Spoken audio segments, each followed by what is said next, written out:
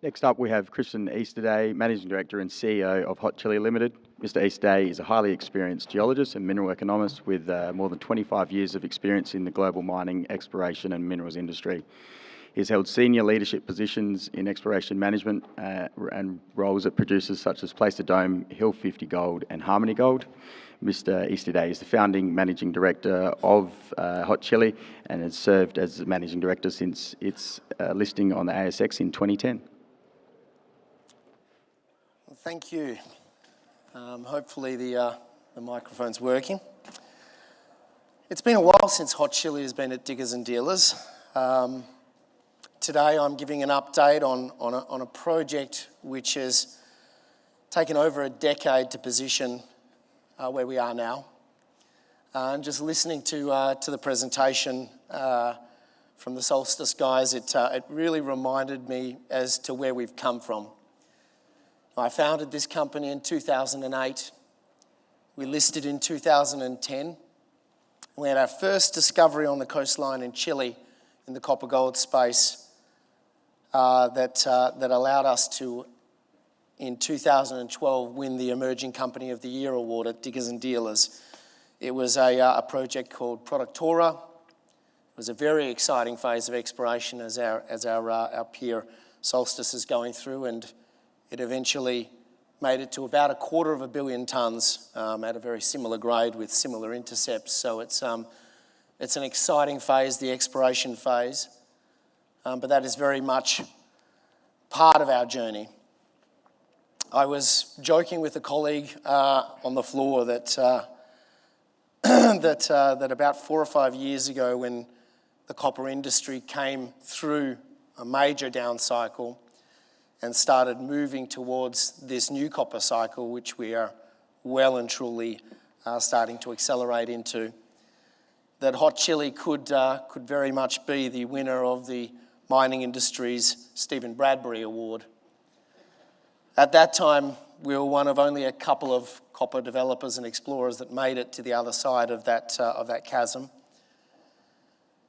And probably now in the coming couple of years, with Hot Chili really focusing on its execution phase now, to bring this to reality, to bring this company as the next Oz Minerals of the Australian market, we may well be in line for the Diggers and Dealers or Diggers Award in the coming few years. This has been a Herculean effort by our group. It's underpinned by a group of people that have held together for 16 years and shared a vision to put a new mid-tier player into the copper space, something the Australian market hasn't had for a long time since we lost Oz Minerals to our even bigger brother in the major space with BHP Billiton, since we lost Mount Isa Mines to Glencore. And we now have really only one producer of substance that is truly Australian-made in Sandfire, not presenting this year. So we feel a lot of pride in what Hot Chili has been able to achieve, moving from a first discovery at 250 million tonnes in the last cycle to now a 1.5 billion tonne coastal production hub, sporting a top 5 scale in the independent copper development space, and recording our third major discovery, which is pushing us towards a 30-year project at a production base which is now exceeding the annual metal production of Oz Minerals. It gives you a feeling as to what we've been doing at Hot Chili and why. Moving into this copper cycle, people said a few years ago, wow, it would be great if we saw copper prices at $4. A year ago, $5. 6 months ago, $6. Now we're talking $7 and $8. Copper has rapidly overtaken iron ore as the #1 metal market by value in the world, and it's happened quickly. What we were talking about months ago is now occurring, and that leverage and that scale equation, which served Andrew Forrest very well at the beginning of the iron ore cycle, is now positioning Hot Chili for extreme leverage in what we're about to do. So I'd like to just bring you up to speed with Hot Chili. It's been probably 5 years since we presented. We have a company that is positioned around 300 million, 400 million a month ago. Bit of an equity pullback. Positioned in the S&P, covered by ETFs. Glencore's one of our large shareholders. A growing institutional presence from our beachhead and our TSXV listing over in Canada, and positioning the company into the large copper space. That is not an Australian thing, but by the presentations we're seeing at Diggers and Dealers and the numerous explorers that are popping up because of the copper price and its incentive to get out there and start drilling. My message to the Australian explorers is probably similar to the message given by Agnico's CEO, keep drilling. These things are born over decades. The average time frame to bring a meaningful scale copper producer is not getting shorter. It's out at about 21 years at the moment. That's a bit different to the gold space here and the timelines of the Australian market and their expectations around a different metal. These projects, such as the one we're building, these are things that put out $1 to $2 billion of revenue annually for multi-decades.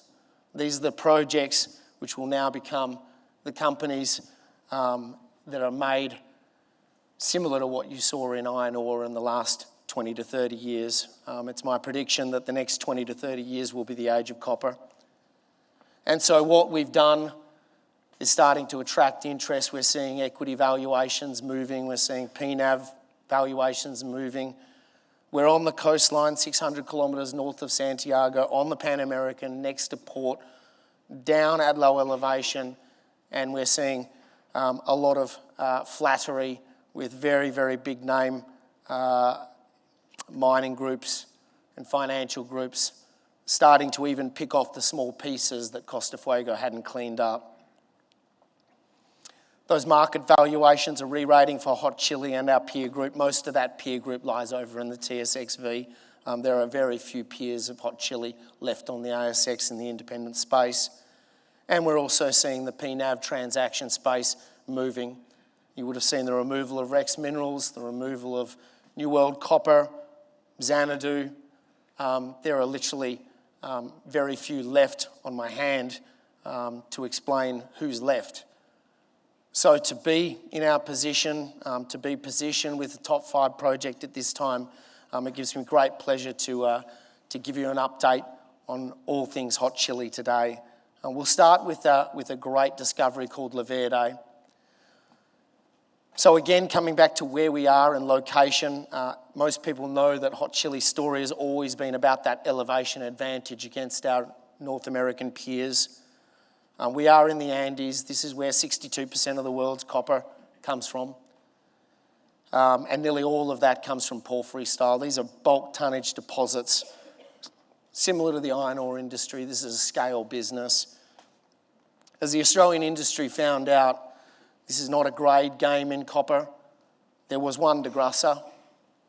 There hasn't been another. And even Sandfire had to mobilise overseas to try and find that grade profile, small tonnage exposure in the copper sector. So we're down at low elevation, we're next to infrastructure, and we spent over 10 years putting all of our permitting in place to be able to submit our environmental impact assessment in the early stages of next year. More importantly, we have some new neighbours next to us, but they're up at about 4,500 metres in BHP that have now joint ventured with the Vicuña. And so that 10-year of infrastructure, securing those permits, importantly water for this region, now becomes very, very strategically important for Hot Chili. So looking quickly at a discovery that is really shooting the lights out, putting out numerous world-class intercepts. It's in its infancy. We secured it about 2 years ago, very similar to what we did with the entire consolidation of Costa Fuego. These deals have taken us years to get our hands on, to get the opportunity to consolidate these areas for the first time, and then to apply fantastic science with our world-class exploration and resource development team. So this is moving rapidly now. This is a deposit that started with the phase 1 drilling program and multiple near-surface hits that started putting out 700, 500 metre wide intercepts, all sporting very wide results like Solstice's 1% wide zones over 60 metres.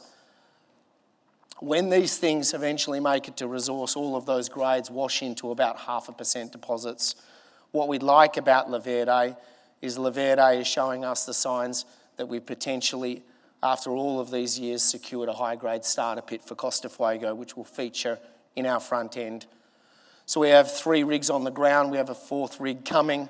This is being integrated and accelerated very rapidly to impact Hot Chili's resource base, its mine plan, and restate our economics on Costa Fuego. So a lot of drilling done, a very big footprint. We haven't started pushing extensions. We found a high-grade core straight off the bat, and a lot of the drilling has just been extending that very, very large footprint now all the way through to surface. And that high-grade starter pit now is just stacking up multiple intercepts over wide widths, 10 to 20 metres from surface, 0.7, 0.8 bulk grade. And that's about 20 to 30% higher than the front end of Costa Fuego in the pre-feasibility we put out 15 months ago. So when you're talking about a project that can generate $1.2 billion at long term, a 30% free boost does dramatic things to paybacks and economics.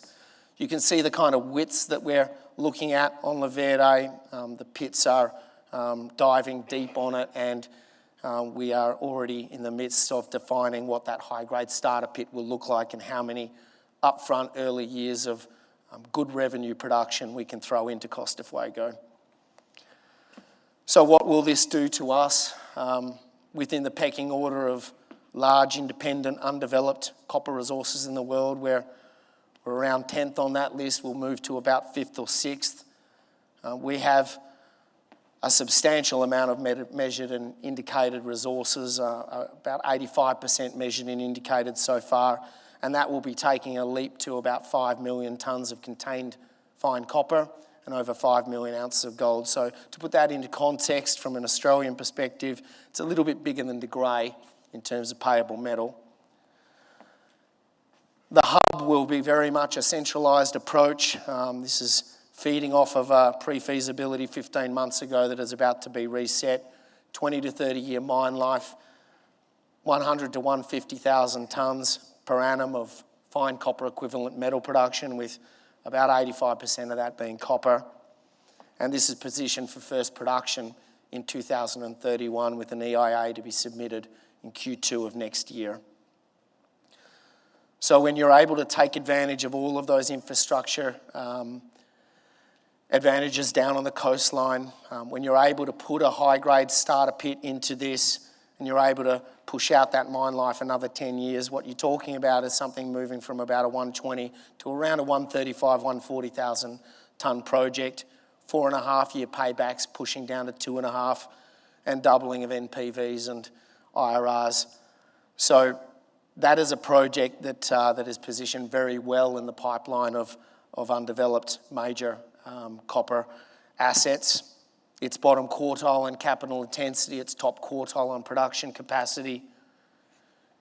It's going to additionally be very leveraged to the long-term copper price and gold price, each of those substantially higher than the numbers we put out on this project some 15 months ago, and giving us almost 700 million US free kicks on NPV. Leverage will increase. We are likely to become the most leveraged, meaningful copper developer in the world. And when we say meaningful, we look at a cut that says if you're not 50,000 tonnes of copper a year, you're probably not meaningful to where this cycle is going. There is very little supply coming. These projects take multiple decades to position. And what that means is that when you have an 18-year head start, you become the company that everyone is focused on execution and new major supply.